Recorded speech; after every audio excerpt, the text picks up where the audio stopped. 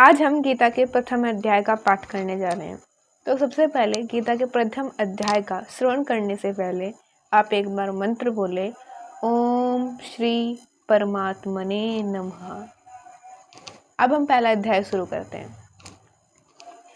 धृतराष्ट्र बोले, हे संजय, धर्मभूमि कुरुक्षेत्र में इकट्ठा हुए युद्ध के इच्छा वाले मेरे और पांडु के पुत्रों ने क्या किया।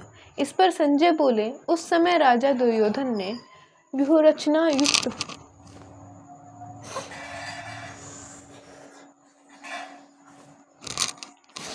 पांडवों की सेना को देखकर और द्रोणाचार्य के पास जाकर यह वचन कहा, हे आचार्य, आपके बुद्धिमान शिष्य द्रुपद पुत्र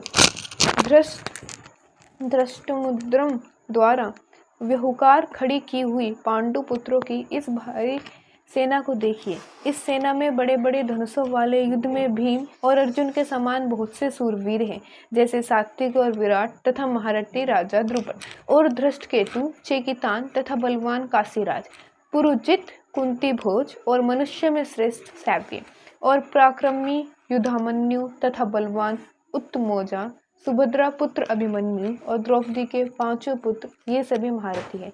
हे ब्राह्मण श्रेष्ठ, हमारे पक्ष में जो जो प्रधान हैं उनको आप समझ लीजिए। आपके जानने के लिए मेरी सेना के जो जो सेनापति हैं उनको कहता हूँ। एक तो स्वयं आप और पितामह भीष्म तथा कर्ण और संग्राम विजयी कृपाचार्य तथा वैसे ही अश्वत्थामा, विकर्ण और सोमदत्त का पुत्र भूरिश्रवा तथा और भी बहुत से सूरवीर अनेक प्रकार के शस्त्र अस्त्रों से युक्त, मेरे लिए जीवन की आशा को त्यागने वाले, सबके सब युद्ध में चतुर हैं। भीष्म पितामह द्वारा रक्षित हमारी वह सेना सब प्रकार से अजय है और भीम द्वारा रक्षित इन लोगों की यह सेना जीतने में सुगम है। इसलिए सब मोर्चों पर अपनी अपनी जगह स्थित रहते हुए आप लोग सबके सभी निसंदेह भीष्म पिता की ही सब ओर से रक्षा करें। इस प्रकार द्रोणाचार्य से कहते हुए दुर्योधन ने वचनों को सुनकर कौरवों में वृद्ध बड़े प्रतापी पितामह भीष्म ने उस दुर्योधन के हृदय में हर्ष उत्पन्न करते हुए उच्च स्वर से सिंह के नाद के समान गर्ज कर शंख बजाया। उसके उपरांत शंख और नगारे तथा ढोल मृदंग और नरसिंह आदि बाजे एक साथ ही बजे। उनका वह शब्द बड़ा भयंकर हुआ। उसके अंतर सफेद घोड़ों से युक्त उत्तम रथ में बैठे हुए श्री कृष्ण महाराज और अर्जुन भी अलौकिक शंख बजाए। उनमें श्री कृष्ण महाराज ने पाणिज्य नामक शंख और अर्जुन ने देवदत्त नामक शंख बजाया।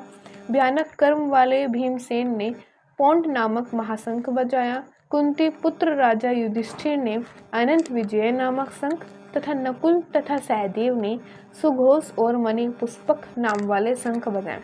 श्रेष्ठ धनुष वाले काशीराज और महारथी शिखंडी तथा धृष्टद्युम्न तथा राजा विराट और अजय सात्विक तथा राजा द्रुपद और द्रौपदी के पांचों पुत्र और बड़ी भुजा वाले सुभद्रा पुत्र अभिमन्यु, इन सब ने हे राजन अलग अलग शंख बजाए और इस भयानक शब्द ने आकाश और पृथ्वी को भी शब्दायमान करते हुए धृतराष्ट्र पुत्रों के हृदय विदीर्ण कर दिए। हे राजन, उसके उपरांत कपिध्वज अर्जुन ने खड़े हुए धृतराष्ट्र के पुत्रों को देखकर उस शस्त्र चलने की तैयारी के समय धनुष उठाकर हर्षी के श्री कृष्ण महाराज से यह वचन कहा, हे अच्युत, मेरे रथ को दोनों सेनाओं के बीच में खड़ा करिए।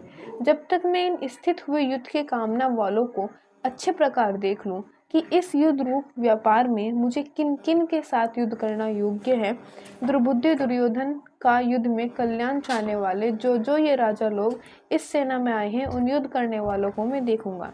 संजय बोले, हे धृतराष्ट्र, अर्जुन द्वारा इस प्रकार कहे हुए महाराज श्री कृष्णचंद्र ने दोनों सेनाओं के बीच में भीष्म और द्रोणाचार्य के सामने और संपूर्ण राजाओं के सामने उत्तम रथ को खड़ा करके ऐसा कहा कि हे पार्थ, इन इकट्ठा हुए कौरवों को देख। उसके उपरांत प्रथापुत्र अर्जुन ने उन दोनों ही सेनाओं में स्थित हुए पिता के भाइयों को, पितामहों को, आचार्यों को, मामों को, भाइयों को, पुत्रों को, पौत्रों को तथा मित्रों को, ससुरों को और सुहृदों को भी देखा। इस प्रकार उन खड़े हुए संपूर्ण बंधुओं को देखकर वे अत्यंत करुणा से युक्त हुए कुंती पुत्र अर्जुन शोक करते हुए यह बोले, हे कृष्ण, इस युद्ध की इच्छा वाले खड़े हुए सज्जन समुदाय को देखकर मेरे अंग स्थिर हुए जाते हैं और मुख भी सूखा जाता है और मेरे शरीर में कंप तथा रोमांच होता है तथा हाथ से गांडीव धनुष गिरता है और त्वचा भी बहुत जलती है तथा मेरा मन भ्रमित सा हो रहा है, इसलिए मैं खड़ा रहने को भी समर्थ नहीं हूँ। हे केशव, लक्षणों के भी विपरीत ही देखता हूँ तथा युद्ध में अपने कुल को मारकर कल्याण भी नहीं देखता। हे कृष्ण, मैं विजय नहीं चाहता और राज्य तथा सुखों को भी नहीं चाहता।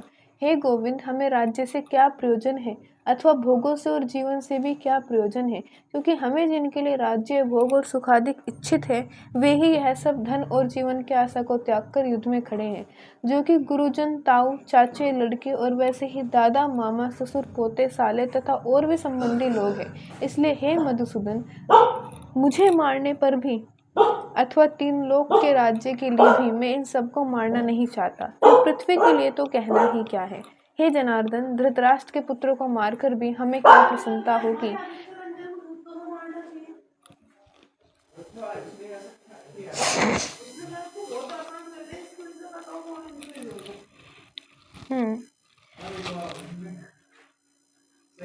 इन आतिथियों को मारकर इन आतातियों को मारकर तो हमें पाप ही लगेगा।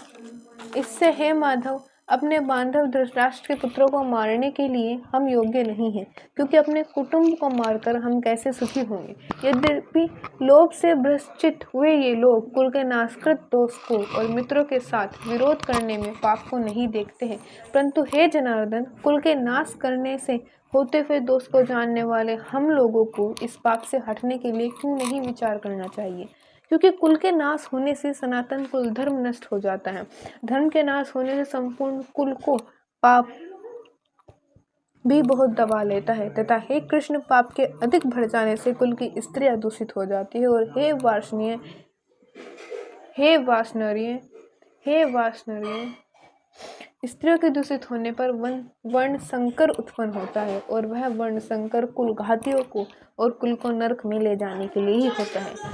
लोप हुए पिंड और जल की क्रिया वाले इनके पितृलोक भी गिर जाते हैं और इन वर्ण संकर कारक दोषों से कुल घातियों के सनातन कुल धर्म और जाति धर्म नष्ट हो जाते हैं तथा हे जनार्दन, नष्ट हुए कुल धर्म वाले मनुष्यों का अनंत काल तक नरक में वास होता है, ऐसा हमने सुना है। ओह, शोक है कि हम लोग बुद्धिमान होकर भी महान पाप करने को तैयार हुए हैं, जो कि राज्य और सुख के लोभ से अपने कुल को मारने के लिए उद्धत हुए हैं। यदि मुझ शस्त्र रहित न सामना करने वाले को शस्त्रधारी धृतराष्ट्र के पुत्र रण में मारे तो वह मारना भी मेरे लिए अति कल्याणकारक होगा।